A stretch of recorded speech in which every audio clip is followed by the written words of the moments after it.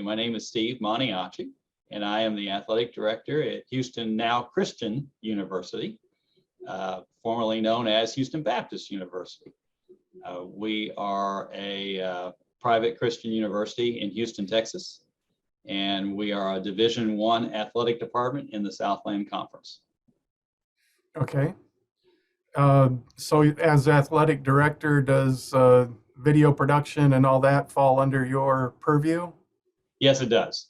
Yeah, we have been for a number of years doing streaming of our athletic events. Initially, we did it through our website, and within the last year, we have begun to do it on ESPN Plus. And so we do all of our team sports on our campus through our ESPN Plus productions. Okay.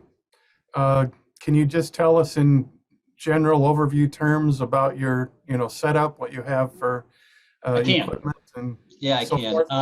Yeah, we initially, a little bit of background history here. Our league went through a bit of turmoil about a year and a half ago where we lost 5 teams out of our league. And when they left, one of the things they cited was that they wanted more visibility through such productions as the ESPN Plus productions. And so they wanted to go to a league where they got that visibility. Well, what we did as a league is we took all their buyouts and actually went out and got every remaining school in the league a full production trailer. And so that production trailer has the ability to shoot up to 5 camera feeds and produce everything we need to be able to send a production, send our game out, if you will, to ESPN Plus. And so it's at the standards that ESPN Plus requires us to have to be able to put them on the air. In fact, we can actually do a full ESPN production through that trailer if need be. Okay. So are you using it strictly for the ESPN Plus, or do you still stream it to your own? Well, our contract with ESPN, we basically can't stream anymore. Okay. So we're strictly limited to doing all of our broadcasts on ESPN Plus. Okay. So yeah, we're doing everything through ESPN Plus. We'll do somewhere in the neighborhood of 100 to 105 broadcasts this year, I believe. And what different sports do you do? Well, in the fall of the year, we will do volleyball and men's and women's soccer.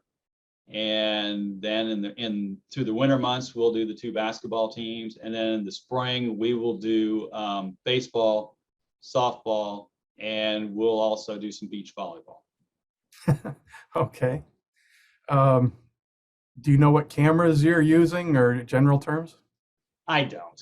Okay, I know there's Sony cameras, but I couldn't tell you for sure what model or what aperture they have or any of that.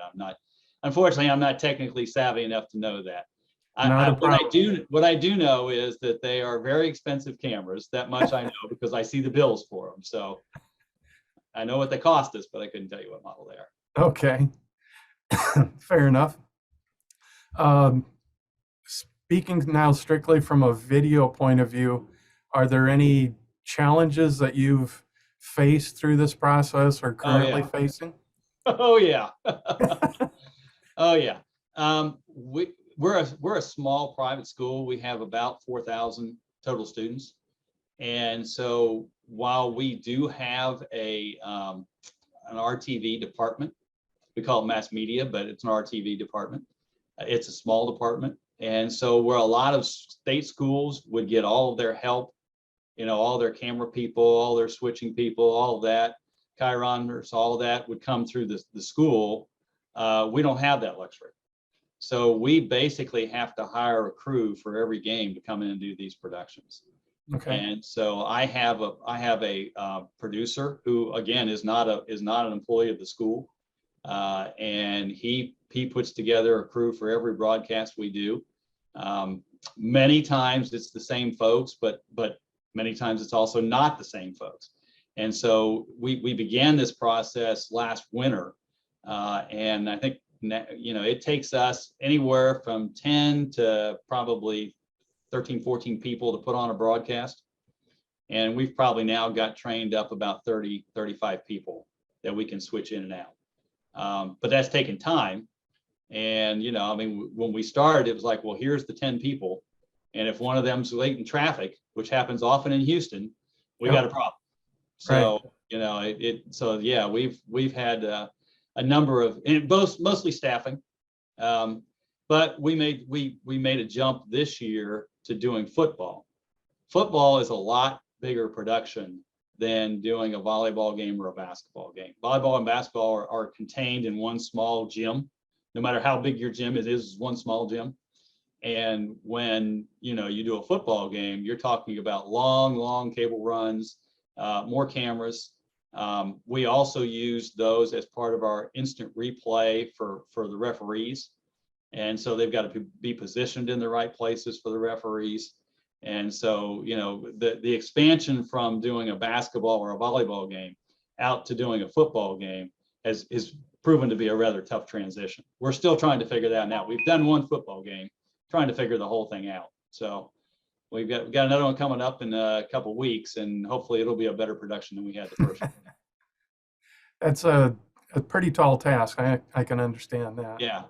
Yeah, exactly. So, okay. and we've had, we're very fortunate that when we did our football stadium, we pre-wired it.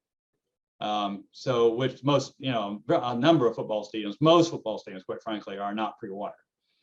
So we do have the advantage of being able to plug and play, but it's still a much bigger production and much more technical, and you've got different lighting situations that you deal with in football that you don't deal with inside a building.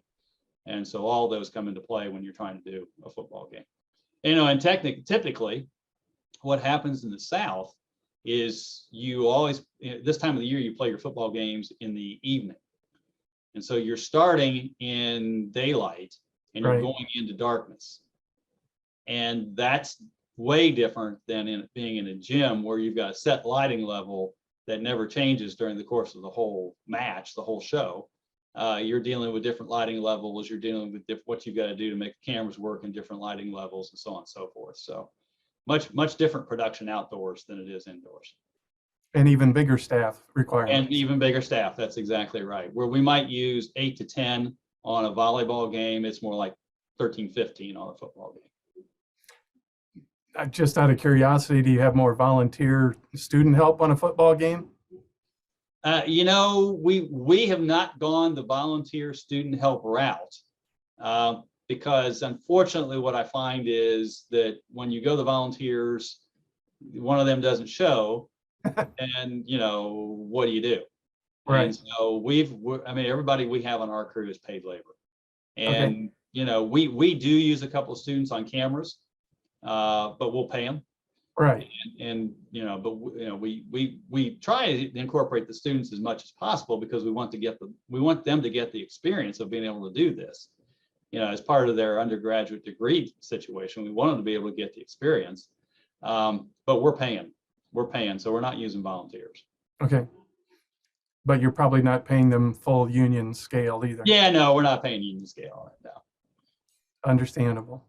Okay, well, I guess switching now, thinking strictly from an audio side, we're audio people primarily. Right. So are there any audio challenges that you've faced, building up your program and now moving into football? I don't think so far we really haven't run into any real audio challenges. We do a broadcast, we will stream the audio so that if somebody just wants to pick up the audio, they can just pick up the audio. We'll do that in addition to doing the video.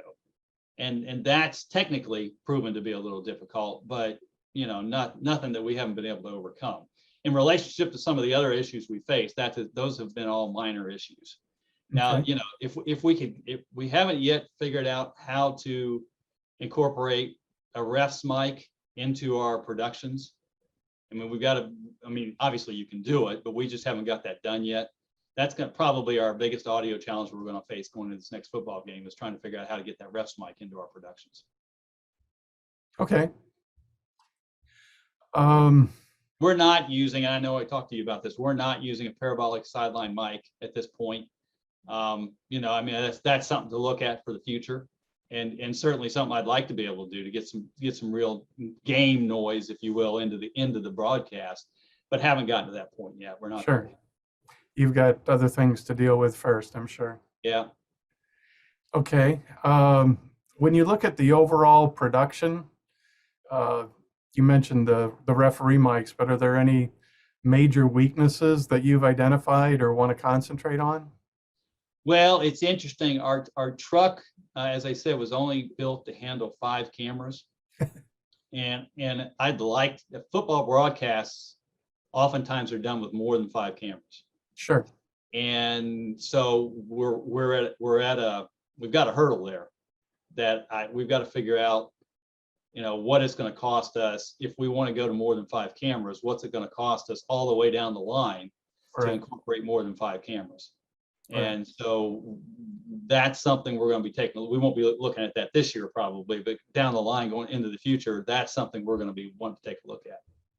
Okay.